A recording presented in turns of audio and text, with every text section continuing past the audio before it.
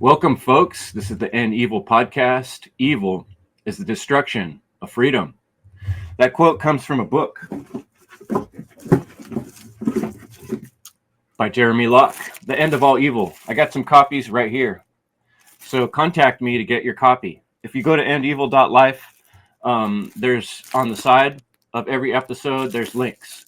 And you can hit one of those links and give me your address and send the payment, and I will send you this book and some End Evil stickers. Really cool stickers that look like this. So I've already had some people take me up on that, and I appreciate that. So that, and I wanted to encourage people to check out End Evil Connect. That's the newsletter I'm going to be putting out regularly for the show. So if you haven't yet signed up for End Evil Connect, also go to endevil.life and click on the newsletter button and make sure you get on that list, because there's going to be insider stuff only for people that sign up to that email list. And so we need to get things moving, folks, because it's a stagnant world out there. And that's why today I'm bringing to you a very dynamic speaker and one of my best friends too, Will Keller. Thanks so much for joining us today on the End Evil podcast. Oh, thanks, Chris. It's always a pleasure to be back on here, brother. Yeah, I look back and our last actual me and you episode was the Renaissance of Reason in 2022. And Will and I first connected way back in 2020. I was just getting ready to publish my End Evil podcast series, and that was when COVID hit. And so I just was looking for people in the natural law community, and Will was out there running the Facebook groups. And so I hit him up, and he just had conversations with me, and we talked on the phone. We wound up meeting up and camping, and we were fast friends. We had so much to talk about, and we've been meeting ever since. Now we're on Freedom Under Natural Law Conference. Number 4 has been concluded, and we're working on number 5. And it's been an awesome journey. Will's been with me almost every week, getting my show going on the One Great Work Network. And it's been an awesome trip. So It has, man. It's been an honor and a pleasure to be friends with you, to grow together, to collaborate. To see your journey and your show. I mean, you're one of the most consistent, content creators with putting out a show every week. I mean, I don't know exactly. It's definitely been many years that you've been showing up every Thursday doing the End Evil podcast. It's badass, man. It just shows your willpower, your dedication, and your care. And that's inspiring for me, man.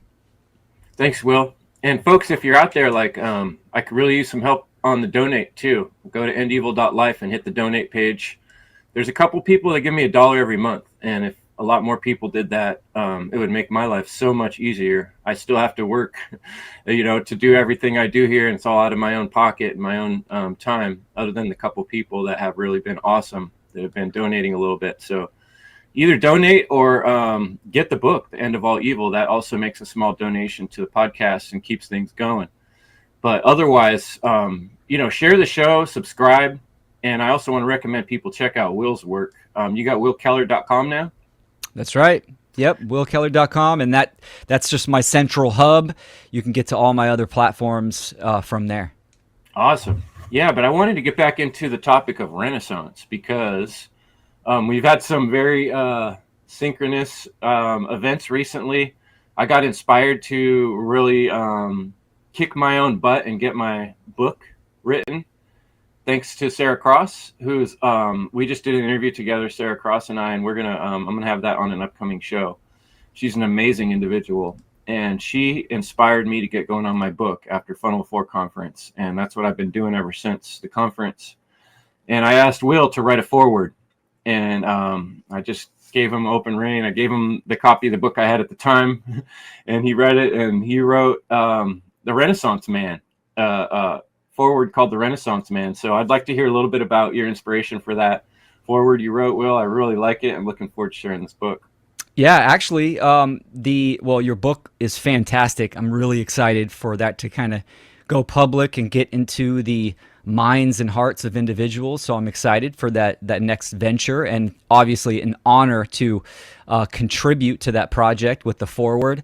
And I was kind of pondering on what direction I was going to go. This is the first time I've written a forward for a book. And then I kind of just, simplified it and thought about our relationship, our journey. And the episode that you mentioned earlier about the Renaissance of Reason came to mind, and kind of the ideals and the concepts that we talked about. And following that path of what is a modern Renaissance? What does that mean? What is the significance and the attributes of to be a Renaissance man? And it clicked, because for me, you absolutely meet all of those standards of what it means to be a modern Renaissance man. And we need that revival of these principles and characteristics. And that's what inspired me to write, to contribute that to the forward of your book. And it makes a great conversation for the greater whole on what that means for individuals and for the collective. Absolutely. What we really need is a rebirth of spirit, and a rebirth of old values, even old simple values, a rebirth of care. And we need that massively through all people. There's really kind of a sad lack of empathy in our world, in the modern super materialistic world. And rather than kind of going on and naming all the issues and problems that I see in the world, it just makes a lot more sense to me to encourage what needs to happen to make it better, to make that change. And we've had times in history where there have been a renaissance of people getting more interested in art, people caring more about expression, people caring more about philosophy. We look at the time of Socrates, and then we had Aristotle, and then we had the time with the Stoics. And a lot of these people weren't necessarily treated well in their societies, but there have been these births and rebirths of resurgences of people that really care about what's best for all of humanity and for the general minds of people. And I think that's where we're at again in humanity's situation. We're at the crux of a real decline. And there's an opportunity to turn that around and create a renaissance, a rebirth. But that will require people like us managing a lot of stuff. And you're a good example too, Will. You'll have your chickens, dogs, cats, all kinds of animals. I've seen you save little creatures that in your backyard, various animals that come around. And you're like, you get into permaculture style growing things, herbalism.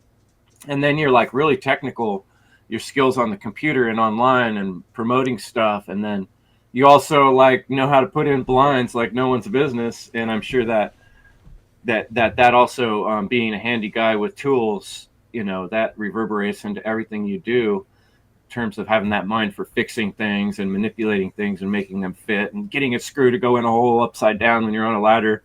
Problem solving, baby. Those are big That's right. skills in today's world that I'm just amazed how many people don't have. And, you can't just generate all these skills out of nowhere. They're all things that take consistent work. But I think having the ability to be good at different things and keep on pushing forward on multiple levels is necessary in today's world, especially like now with the advent of AI. Like it's like the printing press, or totally things that are going to change the world. And if we don't keep up with it to some extent, we're going to fall behind. So I'd like you to talk a little bit about what it means to keep, I call it a one foot in both worlds. Like you're a farmer, almost a farmer kind of gardener. But then on the other hand, you're like this highly technical computer whiz, So how do you keep a foot in both worlds in a world that's so complicated? Great question. And this is exactly what it means to be a modern Renaissance man. I kind of had a realization even in my construction work of installing window coverings and handyman type of stuff. I obviously a huge influence from my childhood, and my dad being a journeyman contractor and running big projects and stuff like that. But it was the ability to utilize reason and problem solving was such a huge attribute to be raised with, and not even raised with, but to be held up on a pedestal as this virtue that must be seen and used and applied. My dad was huge on critical thinking and problem solving, right? I mean, he even had a phrase that he would say that, oh, dads can fix everything. And, it's an analogy. It's a metaphor for there is a solution for every problem. It's just, are you willing to go on that journey to diagnose, get understand the correct problem, and then play and find a solution to that problem. And that had a huge impact, obviously, my whole life, even to now. And it is that attribute that is lacking nowadays. So sure, I'm a, jack of all trades. And that stems from utilizing that reason and that critical thinking. If I want to do something, then I can go through that process of critical thinking, applying the trivium, come to know and learn and understand something. And that doesn't mean the totality of all or even of a subject, but enough of an understanding, a correct understanding, to apply it and use that in life, in the world. And that's kind of the level and the standard that we need to get to. So yeah, being a father of a daughter, unschooling, permaculture, making tinctures, gardening, construction, all of these things, the technical aspect that you mentioned, all of these trades, they're kind of rooted in that one attribute of reason and understanding problem solving and critical thinking. And then also paired, married to that creative aspect, that sacred feminine of wanting to express yourself, wanting to learn something, and play with that. And I think those two things are extremely powerful, and that's how we get to the first steps to jump on the path of what it means to have a modern renaissance. When I was at work, this was probably like last year, I started taking inventory on how many men do not know or want to learn how to fix something very basic, whether it's change a doorknob, hang a picture, put a curtain up. I mean, really, really basic stuff that any human being can figure out on their own, just by trial and error, right? Let alone just basic research. But seeing men do that and having women tell me, like wives saying, oh, my husband is not handy whatsoever. He doesn't even know what a hammer is. He doesn't have a drill or anything like that. That was a huge realization to kind of reflect and see and notice how far off the beaten path, not only from the masculine aspect, but humanity in general. So yeah, we'll start with that. That was a big realization for me. Heck yeah. I should for the people listening, Renaissance, if you don't know, it comes from renastre, which is grow anew, or Latin was renascere, renasci, to be born again or rise again, to reappear or reanew. And I like this term because people talk about revolution. We need a revolution. And I'm like, no, we don't. We don't want a revolution. A revolution is a full circle. It's a 360 taking you back to the same point you started.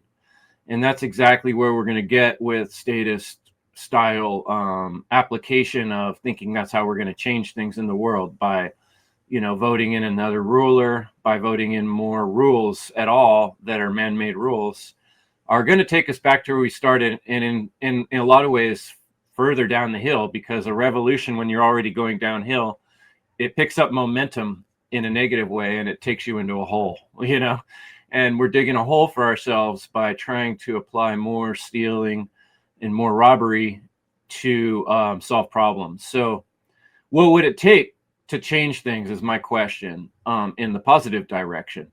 And we see a lot of resistance. And the biggest thing I notice when I'm talking to people, like if I'm wearing a shirt that says anarchy and trying to talk to someone that, they understand there's a lot of problems in the world. They see through a lot of the stuff. Like we talked about all the things going on during 2020 and pointed them out.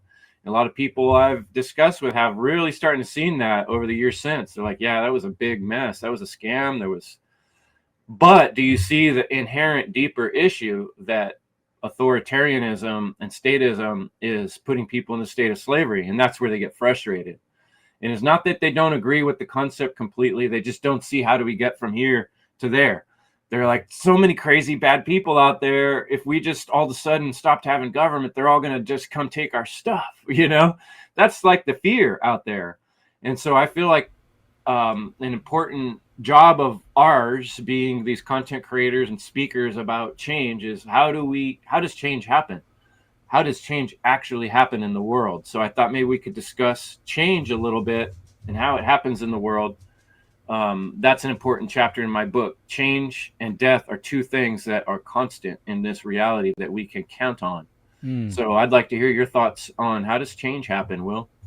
Yeah, that's a great question. And to add on to that, I see this in the truth and freedom communities where people, they have expectations. And I've always said that expectations will always let you down because it's based in relativism. It's the ego trying to say, I want reality to go this way, right? Step by step. They're trying to control it. They're not taking in all these other different factors. Sure, you could use reason and discernment to have a expectation that you are detached from, meaning that you are not emotionally invested in it. So you can have that accurate perception on how you think something is going to work out. But the issue is these expectations people hold, they're so emotionally invested into it that they get let down, almost guaranteed. Keep in mind, like we mentioned, the Renaissance, that was 14th to the 17th century. So we're talking hundreds of years of early Renaissance to late Renaissance. There was, Da Vinci, Galileo, the rediscovery of the Greek languages, Giordano Bruno with Hermeticism. There's all these great people and these rediscoveries, but it was over hundreds of years. So we need to keep that in mind, that one, change is both macro and micro, meaning what are you doing within your own individual life in the lifespan that you have? That's vital, and it is important, and it does matter. But also know that the macro change could take hundreds of years.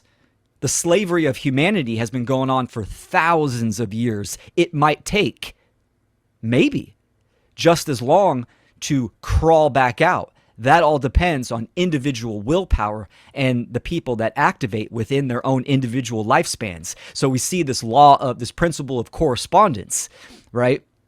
As within, so without. As above, so below.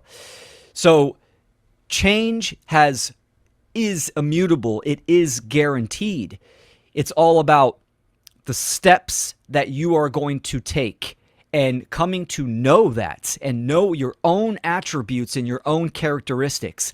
I think when we first start to become, when we activate and we get on the battlefield and, we're spreading the message digitally and publicly to try to reach as many minds as possible, we do want to see that our message is influencing people and affecting people. And there's many, many different tactics and strategies that we can use to implement to kind of, facilitate that, to increase, to pivot, etc. But understand that this journey of activation for what is right, for what is true, for what is moral, it's a lifelong commitment, right? This is not an egoic, subjective choice that, I'm doing this for me, right? Or for myself and for my family and for my daughter. first and foremost, those principles, you're doing it because it is true. You're doing it because it is the right thing to do. And that could take your whole life. It could take the next generations, the next 100 years of fighting this war. That is all up in the air and depends on, obviously, the activation of individuals. So my point is the emotional attachment and the expectations. Have trust and know in yourself, in your own capabilities and attributes. Like, I know what I am capable of. I know my strengths. I also know my weaknesses. I know what I need to work on within my life. I know when I'm getting burned out. I need to, do some self-care. I need to kind of pivot or switch something up when it comes to content creation. This is all part of the discovery and the relationship with ourselves and with the world. It's very animistic, right? Very animistic. And it's very important, these concepts, for someone to think about. I'm sure, Leonardo da Vinci, when he was doing art and science, wasn't really thinking about his change that he was going to affect in the weeks to come or the days to come. He was just activated, doing what he is charged to do, and look at the influence that it had, hundreds and hundreds of years later. Same with someone like Giordano Bruno, right? So, which was, persecuted and murdered for the work that he did. Did he stop it? No. He knew what he was doing was right. It was aligned with morality and occult art and science, and he did that, and it inevitably led to his death. So getting over the expectations and the fear of death is a huge step that people need to reconcile and make a choice on. Yeah, boy, it's amazing you're saying that, because I had that conversation with Sarah Cross.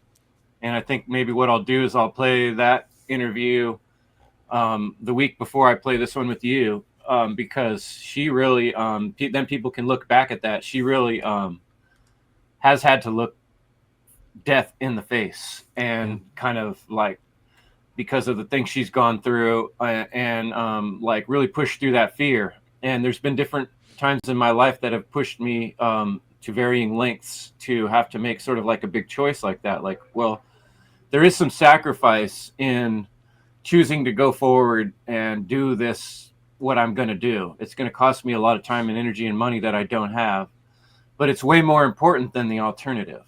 And it often reminds me, to me, the two best metaphors I've talked about in my shows, the never-ending story, when Atreyu has to go through the second gate, which is the mirror gate. And he looks in the mirror gate and he sees Sebastian, the little kid who was reading the book. And to me, that symbolizes us looking inside of ourselves. And we see the image of ourselves that we want to be, like you were saying. I want to be, and all my friends and family, I want them to be like, oh, Chris is such a great guy, and he's so cool, and he looks great. And, we want people to see us the way we want them to see us. But the truth is, when we look inside and do that shadow work, the real mirror of the self, it's like, the other allegory is Luke Skywalker, when Yoda sends him down into the cave. And he sees Darth Vader there, and he cuts off Darth Vader's head, and then he looks down, and it's his face on Darth Vader. And it's the same allegory. It's saying that first we have to conquer our own demon inside of ourselves, and past that, we can't. A lot of people get stuck there, and you want to spend the rest of their life like, how am I going to make myself a better person? How am I going to be more healthy? How am I going to be what I want to be? How am I going to be more comfortable? Which is great, but that's only the second gate. You haven't even got to the next gate yet. And the next gate, when you step through, it's letting go of the personal egoic desires and wishing, and putting your arms to the divine all of humanity, the future of all life, and saying, what do you need from me? What kind of gift do I have inside that I can contribute to the greater all, which is what I call the one great work. And so I would like you to talk a little bit about the one great work. What does that mean, Will? Absolutely. The one great work of ending slavery on this planet to influence the minds. Well, first and foremost, right, it's doing the great work, which is the internal process of development and deprogramming oneself from deception and the falsities, like you were saying, walking through those gates, right? And that is an ongoing process. It's almost like it comes in stages. I say that because the mindset of purism and perfection is rampant, especially nowadays in, the truth and freedom communities. People want, they want to be perfected in this certain sense before they even activate and start. So that internal work of understanding what the truth is of our condition, of the human condition on this planet, understanding that it is slavery due to the belief in human authority over others, right? And that natural law exists and it brings us the consequences of our free will choices. Once we understand that within ourselves and we start that journey of aligning our own actions to objective morality, then we need to understand that others need to do the same thing because it has a quantum effect, meaning numbers matter, right? As the aggregate of society starts to shift to become more moral, then we start to see freedom. And in the inverse, immorality, obviously, the effect of that is the condition of slavery in society and on the planet. So we need minds, we need numbers. So logically, you need to speak. You need to talk about the truth. You need to talk about the causal factors of change, the dynamics that create freedom. And we do that in our age, the modern age, we do that through the internet, through modern technology. Almost, 98% of people nowadays that have, awakened to what is going on to some level, they have got to that level from some type of modern technology, whether it be videos, PDFs, the internet somehow, right? Or even books too, right? But the majority of it is modern technology through the internet. So the one great work is activating and becoming the voice for truth and for what is right and spreading that message of natural law, objective morality, and the dynamics of change. That is what the one great work is. It is great work because it will take everything that you have, willpower and care, to try to put yourself out there, to create that message, and try to influence the minds of programmed and conditioned people to give up their religious ideologies of violence that they are clinging onto like a safety blanket, right? That is hard work to do, to tell someone that they are wrong because of what they believe and how they are acting, and they are contributing to the condition of slavery. And that can be done in an unlimited, amount of expressions and ways and pathways. But it's through the digital pathway and the individual activation that is the one great work. So, and this aligns very much like what we were talking about with the Renaissance, right? You talked about the printing press. Well, what did the printing press and creating books do for, the 14th century? It started to break down the monopoly on the church. Now, sure, that you could say that led to other type of governmental institutions, but it had an effect of breaking down a control structure, right? Yeah, Just as out. the internet and decentralization of knowledge today will break down the state, the media, the illusion of authority. Absolutely. Yeah, that was one of the chapters of the book. I really break down that or bring up, Martin Luther putting his thesis on the door of the Catholic Church and basically telling the people, like, hey, they've been telling you all this time that you have to talk to their priest to talk to God. But it says right here in the book, which you can read yourself now that we have it translated, you don't need to go to them.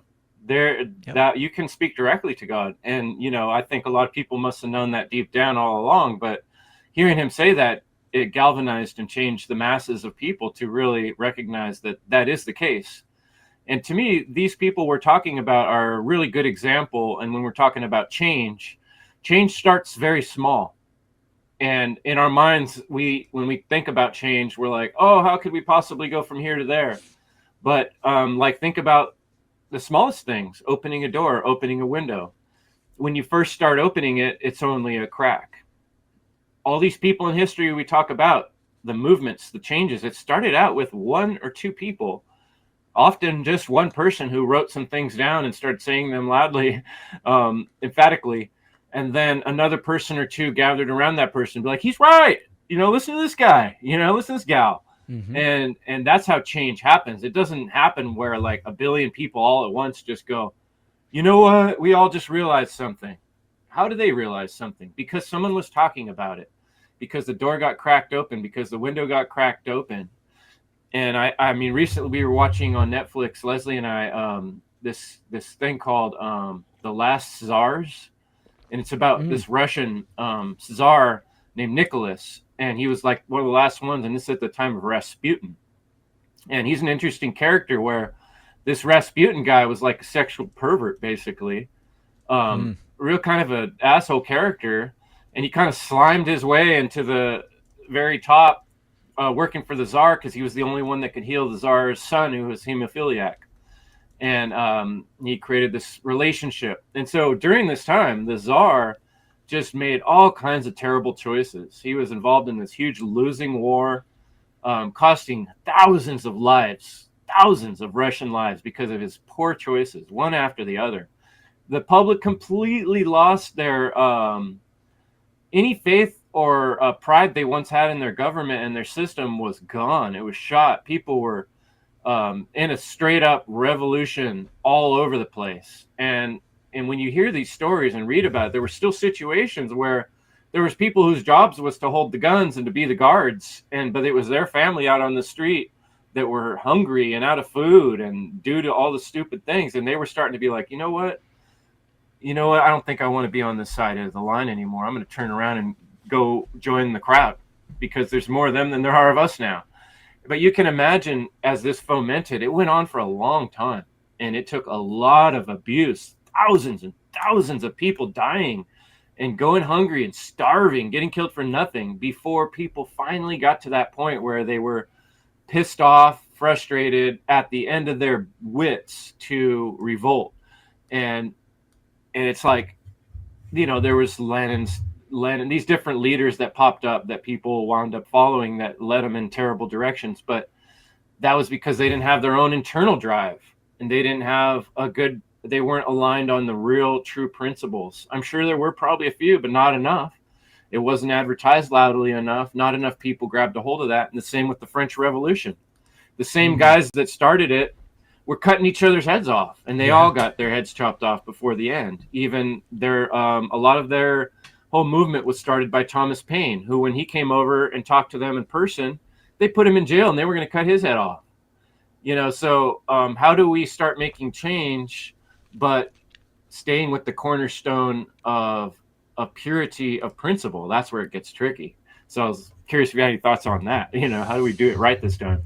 Yeah, those are great points. And we see how certain individuals, I mean, for sure, one person can influence the planet. We've seen this in history. You've mentioned people. I mean, Thomas Paine, Nikola Tesla, right? These are individuals that had profound influence and have shaped where we're at today, and in certain aspects. So that can happen, right? But obviously, to speed that up, more individuals activating and with that voice of truth and amplifying that message has a more steadfast and a better implementation for sure, 100%. We think about, kind of going back to what I said about expectations. Even the one great work, people think, oh, I need to do what Will and Chris are doing, as far as, having my own podcast, doing my own presentations, and using your voice and your face is profound, and it is a great tool that needs to be utilized. But that's not every aspect that has to be activated, right? There's publications, there's marketing, right? Which all marketing is psychology. It's magic. right? I mean, there's promotions, there's all these different gears and wheels in the machine of running, a platform or anything, right, that we need help with. People don't understand, like what you were mentioning earlier, listing all these things that I do. I'm create my own content. I run all of this stuff. Same with like Mark Passio, right? He's a one-man band.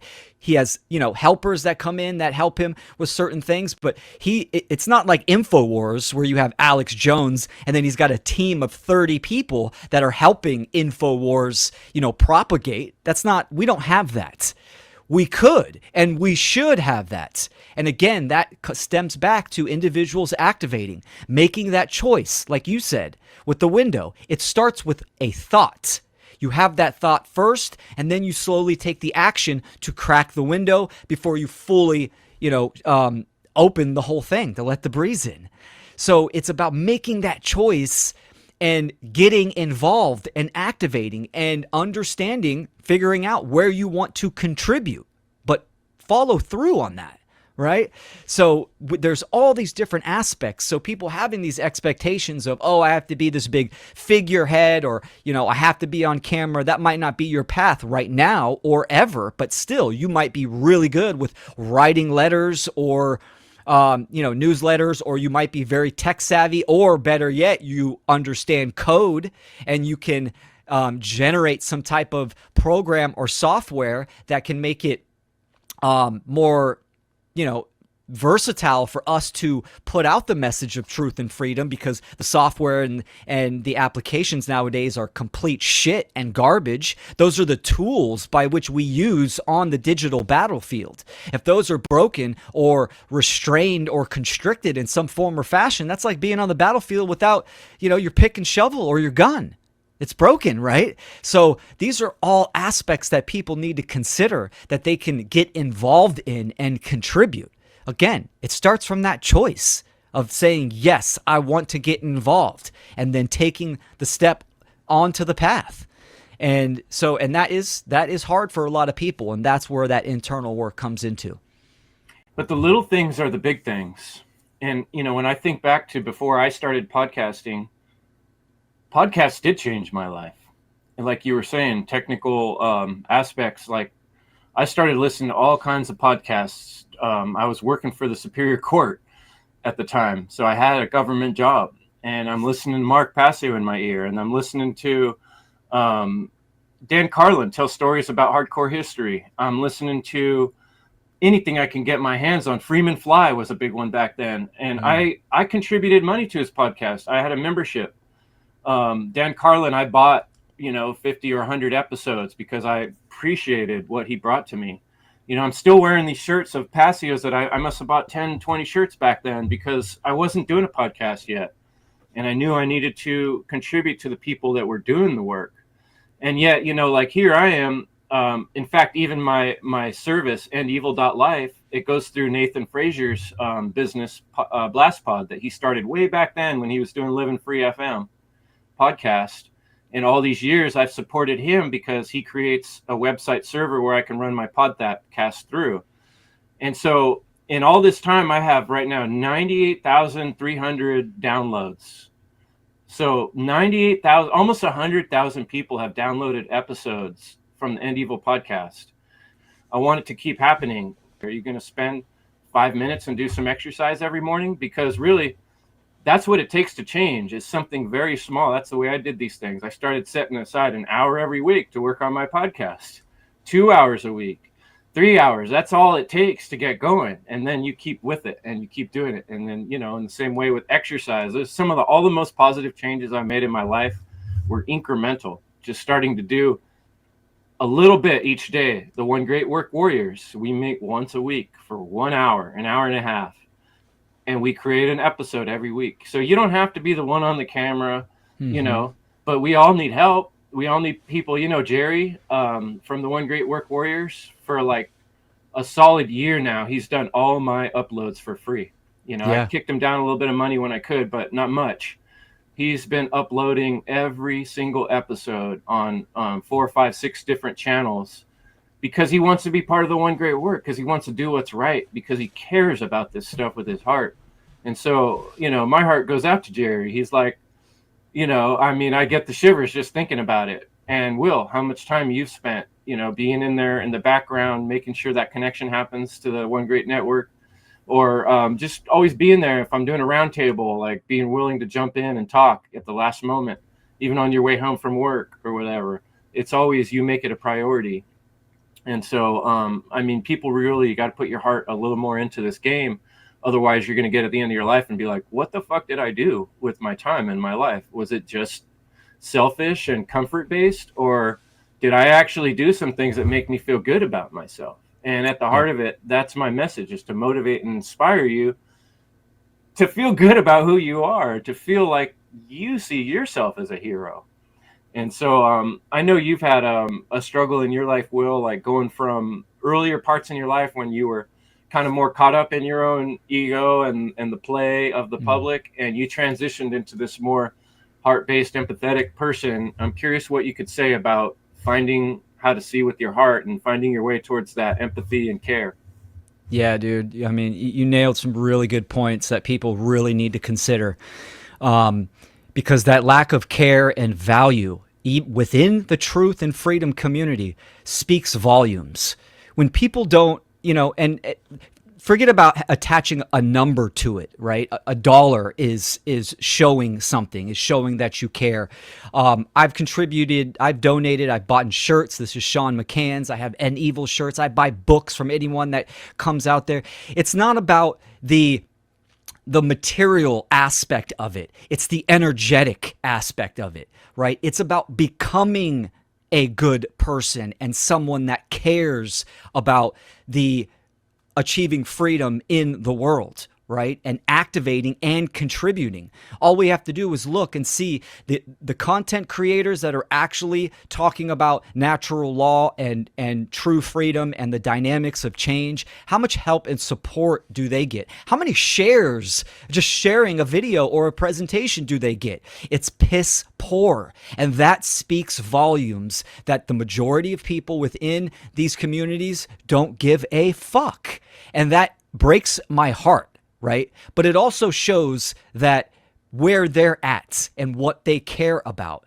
And I'm grateful for all the donations, the support, even the shares, the messages that I get. That is awesome, right? But it is minuscule comparative to what it should be and where it can go and where it needs to go.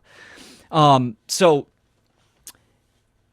it's, and Mark's talked about this kind of stuff, and he is absolutely right on everything that he talks about within these communities and the lack of care and the lack of involvement. And we're not going to achieve what we say we want without support and help and people activating and getting on that battlefield in some form or fashion. So that's why you need to erase and let go of these expectations and do that work. And that's the problem, right?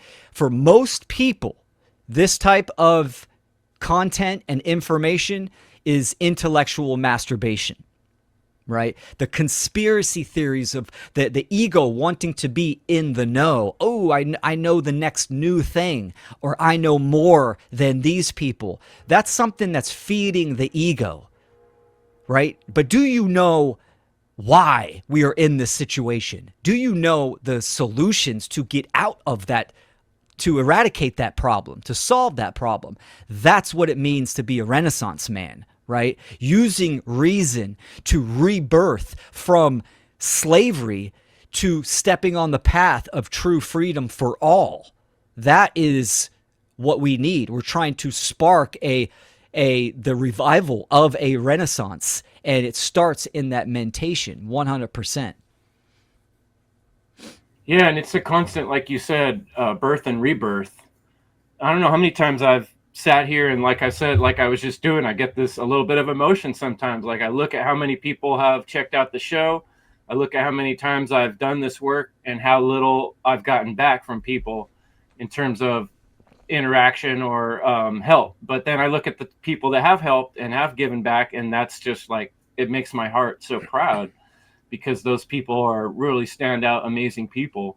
And I do appreciate it. I probably would have been harder to keep going if there wouldn't been someone come along like Will, or someone like Jerry or Leslie, these people that I found. But you only find these people by putting yourself out there. And so I ask myself, sometimes, like when I go through those emotions, I've even several times been like, I'm going to quit doing this podcast. I'm sick of it. It's not working. Like I'll get dejected sometimes. I'll be sad with how many people don't react or reply or see it. And then I'll go through this whole mental process, like, why am I doing this? And then I'll remember, like, oh, this is not just for everybody. It's for me too. It's for my soul. So I feel good about myself knowing that I'm trying to do something right. And so I'll go back to it. And then I'll ask myself, okay, instead of being mad at people, use your heart. Why are people stuck? Why are people not taking that step? Why are they not getting active? Why are they not contacting me? Why are they not sharing a slide? Why are they not donating a little bit? Why are they not doing these things? And I realized that people are lonely inside of their heart.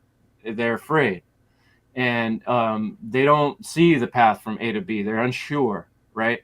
And so a lot of times that's because of health problems. They're dealing with health issues that are totally distracting, and financial issues. And they feel like, as soon as I get this health problem and this financial issue settled and this relationship problem, then maybe I can start doing some of that stuff. I get it. So I ask myself, what can I do to help people with those problems so they can be more whole people? And so that's why I talk about, how do we get through relationship issues? How do we improve ourselves physically? How do we improve our mental, physical self-defense tactics? And so I think for the rest of the show, I'd like us to kind of just talk about tactics, life tactics to improve your being as a human being. How do you make yourself a better Renaissance man or woman? And so the first thing I would bring up is exercise. If you're not doing some kind of daily exercise, you're destroying your body at this point, because you're getting hit with poisons all around in the sky, in the water, and likely in the food you're drinking and eating, drinking food and eating water, hopefully. But yeah. So, Will, what do you got to say about that? Oh yeah.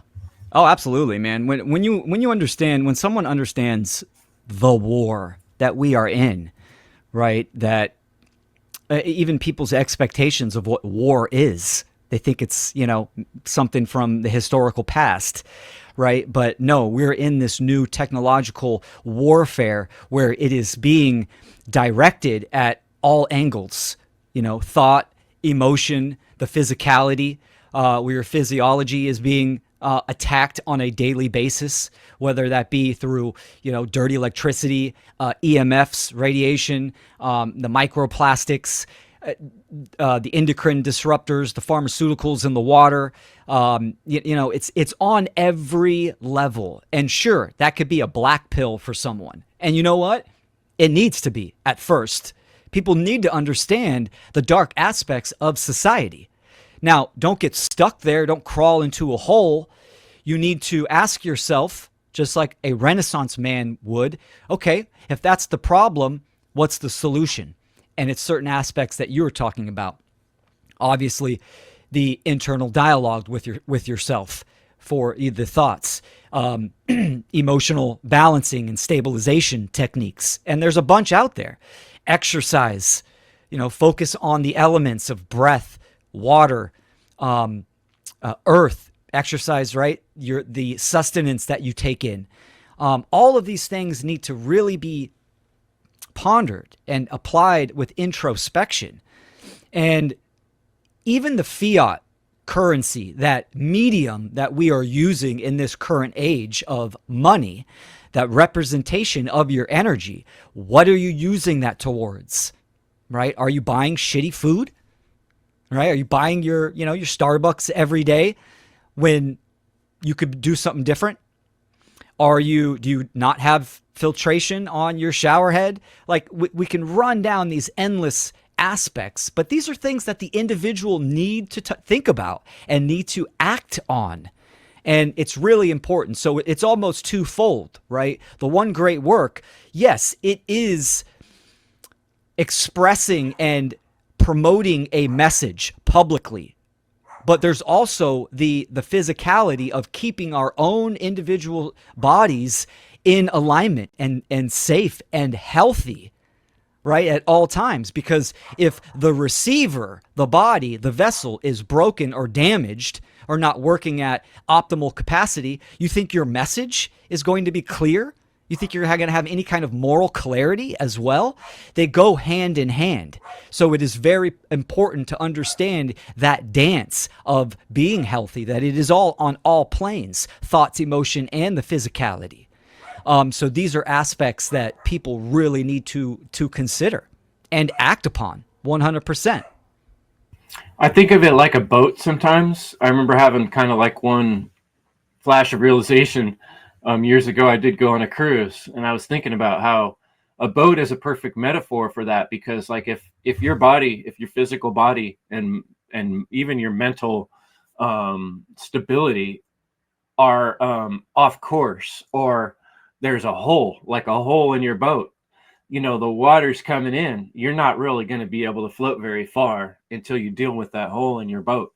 And so if your holistic self isn't whole, you know, if it has a hole in it, it's not whole, you're sinking. Holy. You're not going to the destination. And that's even more so true in terms of working with other individuals. What I've seen online, social, like you can't even almost be part of chats, because there will inevitably be some really lowbrow, low-minded person that will get in there and start attacking and ridiculing people, or trying to make other people look bad for whatever reason. And that's just the culture of the world we're in. There's probably hired goons, and then there's people with various mental problems, either sociopaths or narcissists, or somewhere in between the two. They're starting to get to be moral relativists, basically, and they think it's okay to do what the state does, which is, you know, attack and ridicule people when you don't like what their point is, or, you know, try to talk over people louder, you know. And so just like a boat, if you want to start a project with another person, like if Will and I were going to start doing a podcast together, first you got to sit down and make sure you're really on the same page with principles with this person. And that's where I really attribute the success of One Great Work Warriors, is that we really took that time up front, and we've several times had to stop and be like, wait, what are our principles here? And I really appreciate Brandon Spencer on that, because he's been like a rock, you know. Anytime we start to sway from what we talked about, he'll bring it up without fear. And a lot of life is not just being nice. It's calling things out when they need to be called out, and not losing your shit doing it, but staying calm and saying, look, this is what we decided. This is what we agreed upon. And so if you join a group and the group rules are, hey, let's not call each other names, and then somebody in the group starts calling names and no one calls them out, no one stops it, it's just going to be a shit show from there on. So being part of a group online is not really necessarily a productive thing to do. And in fact, more often than not, it turns out to be the opposite. It takes personal interaction and accountability and responsibility and an agreement on core principles to move anything forward. So that's the last thing I wanted to make. And whatever time we have left, I'd like you to comment on that, Will, and then we'll transition into, I'd like to talk about your business and how that might help people, the products you're putting out there. So we'll transition into that next. Oh, absolutely. Fantastic, man. Yeah, to add to, you know, to what you were just saying, I actually just released a quote a little bit earlier. It says, truth seeking without action is spiritual voyeurism. Awareness must evolve into responsibility. Now, that's a great quote, and it aligns with what you were just saying, especially in the artificial constructs of social media, where people act a certain way. Most likely they wouldn't act like that in the natural world, face to face with someone. So collaborating and networking is important, and it's not just about someone saying they understand moral principles or first principles, or, you know, in alignment with natural law. It's about proving that. And how do we prove it? We prove it through action. So patterns speak volumes. It's like, that's great. You say you understand morality, you have good ethics, but I want to see it. Right? So there is that level of discernment and judgment upon others. And it's not about their personal preferences. It's about how they act, the type of person they are, and how they act in the world. And that needs to be held to a high standard. Because, we see a lot of degenerates in these communities, in these groups that come in and they're just projectile vomiting all their insecurities and their incompetence into the group itself. And those are patterns that people need to recognize, need to see, and stop feeding those type of people, because that is just distraction, misdirection, and stagnation within the project you are doing, within the greater message of truth and freedom and the path that we are trying to go to create freedom itself. So yeah, absolutely, man. That's what it really means to be on the same page with someone. And this is why, projects that we have done, the funnel, they've had a level of success. We've followed through. We've surpassed even our expectations, right? Because of we act as we say, our whole group. And that is what it really means to collaborate and network. And that's how we can succeed in not only projects, but community as well. Right? You can't have a community that says, "Oh yeah, we understand objective morality," but majority of the people or some of the people in there are the actions they take are immoral, unethical, or creating disruption. So, for sure. Yeah, it's a tricky balance. And then the last thing I want to say in that is that keep in mind too, folks, that there are hired goons out there. Homeland Security, CIA. You got to know that if we're talking about freedom and we're saying that government is the root of all slavery, they're going to be keeping an eye on us to an extent in any groups we form. And those groups will be infiltrated without exception, I think.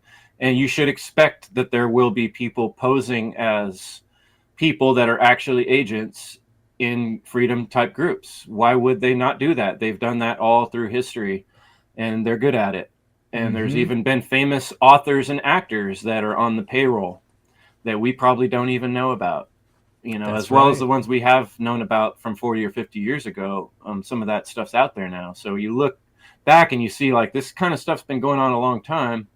And it's going on now, too, more than ever. So don't let yourself get all caught up in the social media drama. That's not where the battle's at. Yeah. People need to observe others. Observe what someone talks about often. Observe what they do, right? And those patterns will reveal themselves, and they speak volumes 100%. Right. Yeah. Look back through all Will's work, look back through all my work, and find a place where we spend a whole episode criticizing some other content creator, to make ourselves feel better. You'll never find it because it doesn't exist. That's right. All our work is geared towards, from the heart, how to we be working towards freedom. And not to say we're perfect. We're not. I got a lot of things about myself that can use improvement. And when it comes to a personal one-on-one, someone I care about and trust, like Will, if you were to give me some, critical things about, here's what you could work on, I would take it to heart, Absolutely. But some random schmuck online who doesn't even share their full name, fuck them. That's right. They might not even be real. So don't let your heart and your energy be wasted, So put it into something valuable. There's so much jealousy and that purist mentality that I've mentioned. People, oh, I'm better than you. You need to be like me. You need to be like this. You need to be like that, right? They're acting like a fucking statist is what they're doing, right? Yeah. So it's not about being better than someone. It's about being real and authentic and have integrity and action. Yeah, set the good example. That's right. So, I wanted to transition. It's been, I think, 5 months I've been using hydrogen therapy now. Leslie and I were able to get that larger machine when you guys first came out with it with Ostara. and we keep it right where we chill. Like at the end of the day, we like to spend an hour or two together, and sometimes watch a show or an interview or something. And we just take turns having the hydrogen therapy running with a little cannula in your nose, which feels like a little bit at first like you're in the hospital or something, but you just get used to it, a little tickle. And it's been, it's not the type of thing where I had a specific ailment. Pretty healthy guy, but I have noticed the longer using that thing, that a lot of the little things that used to bother me around my body aren't just kind of not there. And just kind of like have an overall better sleep every night when I do use that machine. And I'm really excited to see you guys are just starting to put out the advertisements and share the information about the smaller hydrogen water bottle. So please talk a little bit about Ostara and how that might help people with health. And it's just one more thing to work on. Yeah. Awesome, man. Yeah, no, I appreciate that. So Ostara Hydrogen Therapy, this is a platform and a business that my partner Logan Hart and I, we started. And we're all about, our mission statement is about awareness, access, and activation. So it's the awareness, educating people on what molecular hydrogen therapy is correctly, because there's a lot of misdirection and incorrect information out there. So educating the public on H2 therapy, giving them access, meaning that, we ourselves embody truth and integrity even within this venture that we are doing. So access, having affordable and options for people to apply and utilize hydrogen therapy in many forms, right? So having products, devices that generate the H2 gas. And then activation is opportunity, meaning that they themselves can get involved in generating resources for themselves by selling these products, spreading the awareness, etc. So a little background, Logan has been aware of hydrogen therapy for a couple years. I've been using and been in the awareness of molecular hydrogen for slightly over 13 years. It was introduced to me as hydrogen-rich water 13 years ago when I was trying to seek alternative and more holistic pathways, and an acquaintance of mine back then introduced it to me, and it had profound benefits for an autoimmune condition that I was suffering with back then. And so from there, educated myself, been following the research and the science, got involved with some other organizations back there to sell devices and see the profound effects that it had on, cancer patients, diabetes, liver issues, cognitive disorders, dementia, Alzheimer's, this kind of stuff. So the first step is understanding what molecular hydrogen is. Molecular hydrogen is a molecule from hydrogen. Hydrogen is the most abundant element in the universe, over 95%. And actually, if you want to go even deeper than that, almost everything is a certain compound generated from hydrogen itself. So yes, I say hydrogen, people think of water, H2O. They think of something that is explosive. And there are 4 forms of hydrogen itself. So molecular hydrogen is 2 hydrogen atoms bonded together, and they create a stable molecule. Sure, it is flammable up to a certain percentage, 6% concentration. The devices and the application for hydrogen therapy is at 2%. So it is not flammable. But this natural modality has a profound effect on the body. It's considered an antioxidant, but it's not a traditional antioxidant. It is selective, meaning that it goes through the body. Because it's the smallest molecule, it can penetrate every aspect of the body, even the cellular the cells and the mitochondria, so getting down to the RNA and the DNA, and it neutralizes the most harmful free radicals in the body. These free radicals are the cause of what inflammation and oxidative stress that leads to disease in the body and all these ailments. So it's it's completely natural. The body itself generates molecular hydrogen in the gut, right? This is why it's good to take your fiber. But when you take molecular hydrogen at a certain concentration and a certain level of saturation, it literally can go through your body, and it aids the body in doing what the body wants to do, and that is heal itself. So it is an optimal tool for the body. And it's, I mean, the studies, the research, they're growing almost weekly now. When I first knew about it, there were about, I would say, 1,500 studies 13 years ago, or well over 3,500 studies. And there's therapeutic benefits on every organ of the body. So it's not about what it can help. It can help everything by the nature of what it is, that it is small. It can neutralize the harmful free radicals in the body. So it's a tool for the body to do what it does best and heal itself. Here in the West, the awareness of molecular hydrogen is exponentially low comparative to the East. In the East, in the Asian countries, even India, but Japan, Taiwan, Korea, China, they've been using hydrogen therapy for many, many years. The therapeutic effects of hydrogen therapy have been known since the 1700s.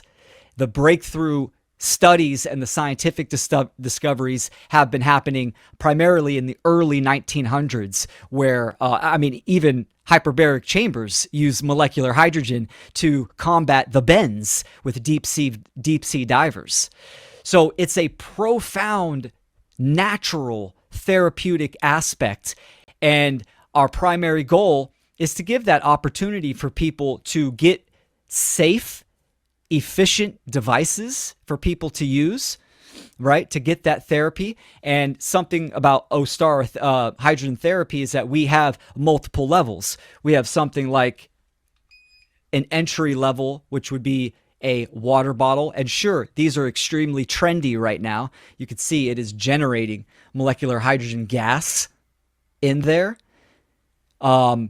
This is an entry level, but one thing about our products, and that we are very much into the science and the components, is that this is a pressurized bottle. You don't find this type of bottle on something like Temu or Amazon.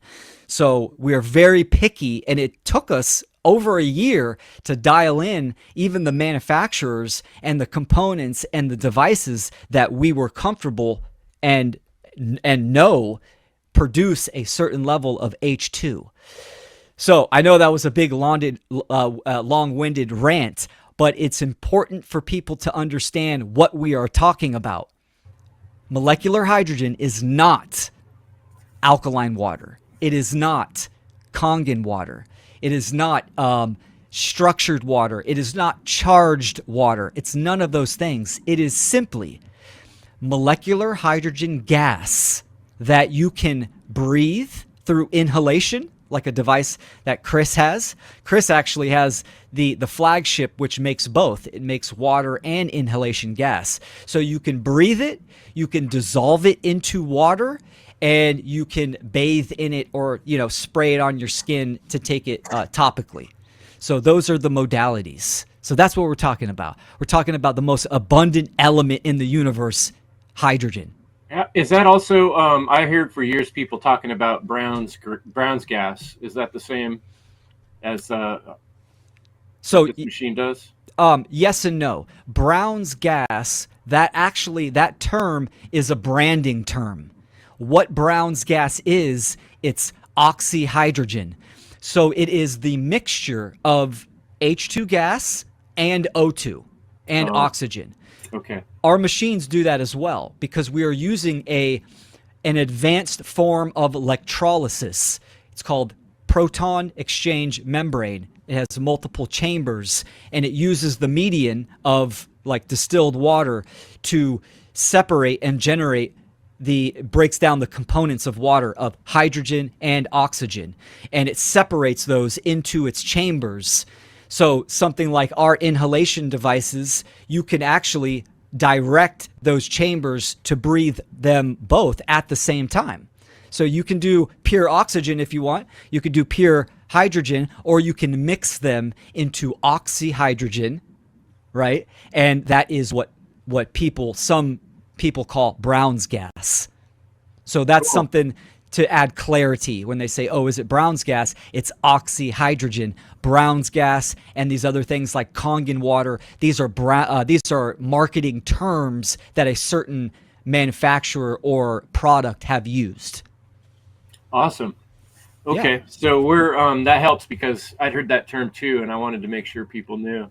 Yeah, but So it's good to know that when someone that is using Brown's gas, what is the therapeutic component? It's molecular hydrogen. That's right. what it is. And our good friend Brandon Martin, a lot of people might know, he's using this same technology because he's battled with some health stuff as well. Yes. And so he seems to be having some really good results and has been talking it up as well. So if you need a real world person to talk to, he might be someone to check with if you know him. And how do we go about if people want to look at your products or they're interested in this new smaller product? How do we go about directing people towards that? Yeah, ostarahydrogen.com. That is our website.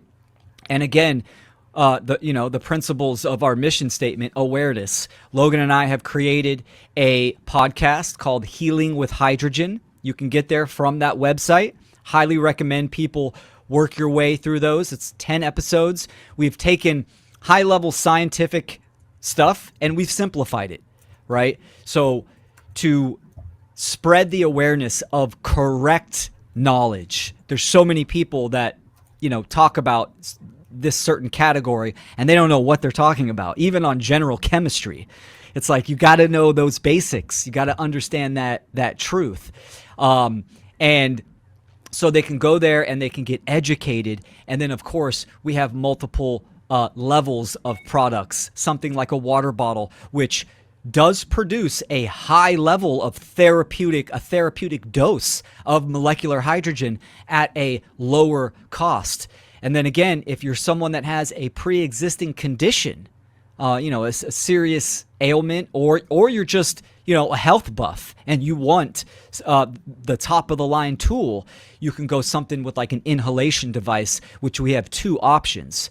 Ultimately, we want people to get to the inhalation level. When you are breathing the hydrogen gas, you're taking it in its natural state. It's immediately goes through the body, through the lungs, into the blood-brain barrier immediately, versus water. It obviously goes down the throat, it goes into the gut, then it goes into the intestines, and then it expands and goes into the liver, and then all throughout the body from there. But when you take it in gas form, you could take it at a higher concentration. There is no cytotoxic limit when it comes to hydrogen, meaning you could breathe it all day and night and there's no negative side effects. We do have clients that breathe, they do the inhalation as they sleep. So they do a full 8 or 9 hours. And they breathe that, and they have profound effects from that. Now, again, if you're someone that doesn't have a pre-existing condition, well, I'll say this first. If you do, the effects you will see will be very upfront, and you can notice the effects potentially on day one or very soon. If you're someone like Chris that is relatively healthy, the effects can be subtle. But that doesn't mean he's not benefiting from that. Again, you need to look at H2 as an optimum tool for the body to eradicate and neutralize toxicity. H2 is it's an antioxidant. It's a selective antioxidant. It's anti-cancer. It's anti-EMF, anti-radiation. It's anti-obesity, anti-tumor. All of these things, the list goes on and on. You can go to our website, educate yourself. We have hundreds of studies that people, if they're very analytical and they want to actually read the scientific studies, everything is categorized by case study, by ailment or illness, human study. They can go through there. They can get to that on the resource tabs of our website. And yes, Chris, for sure, there's a discount code that we can use for your podcast. We're doing a launch sale on all of our products. And so not only are you getting a huge discount on all the products, we're going to do an additional discount code so you can get an additional 10% for people listening to Chris's podcast, the End Evil podcast. At checkout, you'll get an additional 10% off on top of the launch sale discounts. So that's something for people to do. And I want to say this, because believe it or not, when Logan and we launched Ostara Hydrogen Therapy, we actually got haters from the quote-unquote anarchy freedom community. And it was mind-blowing that someone that understands sovereignty and right livelihood, or is supposed to understand right livelihood, and should understand the battle and the attack that we are having on our physiology, on our bodies and minds as well, are mad because we are, venturing into this type of business. Yeah. And we are trying to, as we launch, we are trying to give such a low base level deal, mainly for our communities. We're trying to educate people like, look, this is what H2 is. This is how it can benefit you. We're trying to give you the access and the opportunity to get in and get a killer deal before we even start going public and promoting, which we haven't even really done to a certain high level, to a certain extent. So we're trying to offer these deals while we can, and also the affiliate program, giving people opportunity to just recommend it. Word of mouth, you get paid for that. No MLM BS bullshit. It's just direct sales. You recommend, someone uses your code, you get paid for that. That's it. So opportunity on generating resources. And, it's good. We've gotten a lot of support, and we appreciate that. And the haters are just going to hate. That's just how it is. Yeah, we'll put a link with this episode on endevil.life, and then on the live show, I'll put it in the chat. And yeah, I mean, there's always going to be people out there. Every time I've talked about money in any form, usually there's someone who thinks that, oh, no one should ever give you money. It's like the same people that are probably out there shopping at Target or buying things at McDonald's, and then don't understand how hard it is to do the things that we're doing, that you do have to find a way to keep a roof over your head and keep gas in your car to get to the gas station and stuff. And that requires some type of industry or business. And when you become a freedom speaker, you realize the more I want to do this freedom stuff, I have to find a way to fund the time I spend doing this, and the websites and the technology that I have to have. I put thousands of dollars into my technology, and that means every day I got to go out there and work and build stuff to keep a little bit of money coming in to keep this stuff happening. So that's why I tell people on the podcast, well, if you contribute a little bit to the show, or this business venture, buy a book or whatever, that's that much less time I got to spend out there hammering on nails in the field, and more time I can be in here creating awesome content for you guys. And the same is true of Will and Logan. Support their business supports your health, and your money goes into people that are putting a huge percentage of their time towards your well-being and the well-being of your children and grandchildren and all of humanity. So it's really a very it's not like a greedy corporate bullshit that you're already putting money into. You're still spending money at the DMV most likely. Come on. Buying groceries, just living. It is a mind virus, right? It's a religious mind virus that people need to understand. They don't know because they're not activated and doing the one great work, right? That your computer, to have a good, efficient computer, is going to cost up to $2,000. Your camera, tech is going to break down. You need to replace.